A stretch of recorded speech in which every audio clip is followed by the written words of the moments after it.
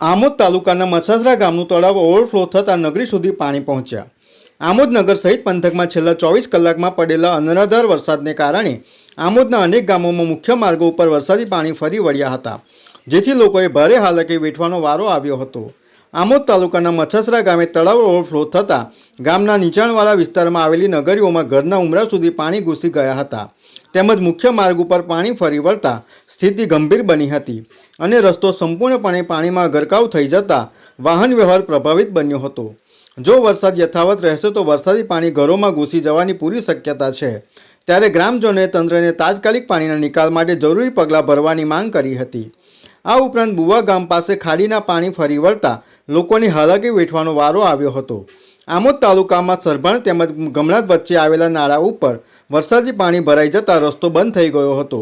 રસ્તો બંધ થઈ જતાં બે ગામ વચ્ચેનો વાહન વ્યવહાર ઉપર અસર થઈ હતી। આમોદ નગરમાં મલ્લા તળાવ પાસે આવેલા કબ્રસ્તાન પાસે વરસાદી પાણી ભરાઈ ગયા હતા, તેમજ શાંતિનગરના મુખ્ય માર્ગ ઉપર પાણી ભરાઈ જતાં લોકોએ પાલિકા તંત્ર સામે રોષ વ્યક્ત કર્યો હતો। મુખ્ય માર્ગ ઉપર વીજ ટ્રાન્સફોર્મર પણ આવેલું હોવાથી સ્થાનિક લોકોએ અકસ્માત થવાની સંભાવના વ્યક્ત કરી હતી। ઈચ્છાબેન બુઢાભાઈ વસાવા। બોલો, શું થયું છે? અમારા શાંતિનગરમાં પાણી આવી ગયું છે, તે પાણીનો કોઈ નિકાલ છે નથી, તો અમે કઈ લઈને જઈશું? અને પાણી અમારા નળે આવે છે પણ ખરાબ બહુ આવે છે, તેનો કોઈ નિર્ણય કોઈ કરતા નથી।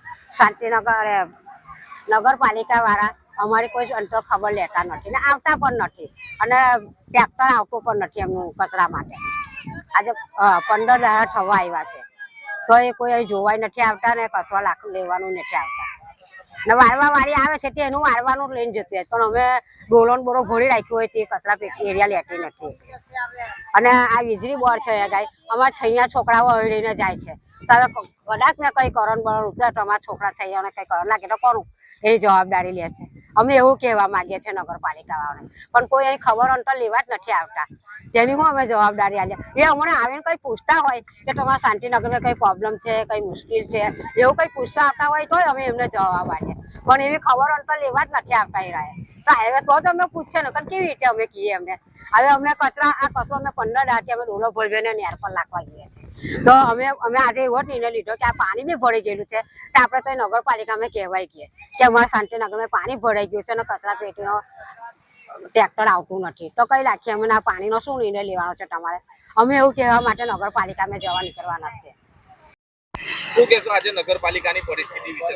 આજે પરિસ્થિતિ એવી છે કે આજે આ શાંતિનગર વિસ્તારમાં જે મુખ્ય માર્ગ છે એમાં જવાનો મુખ્ય માર્ગ છે, આનું કાંસ છેક ખાડી લગીનનો હતો, એ કાંસ હજુ સુધી એનો કોઈ નિકાલ આવ્યો નથી, પ્લસ કે આ ટ્રાન્સફોર્મર અહીંયા છે અને પાણીનો વાલ બી અહીંયા છે, પણ એનો બી કોઈ અત્યારે આ પાણીમાં આપણે ઊભા છે પણ એનો કોઈ બી નિકાલ આવે એવો છે નહીં, કારણ કે કાંસની જગ્યા જ પૂરી દેવામાં આવેલી છે, કારણ કે કાંસ ખોદાયો જ નથી કે જે આપણે ખાડી સુધી પાણી પહોંચી શકે એવી કોઈ વ્યવસ્થા છે જ નહીં। હવે અત્યારે તમે જોઈ શકો છો કે અહીંયા માટીનું બંધારણ થઈ ગયેલું છે કે માટીને લીધે આ પાણી બધું અહીંયા આટલે બધે ભેગું થઈ ગયું છે। આમોદ નગરપાલિકાની પ્રી મોન્સૂન કામગીરી વિશે શું કહેવું?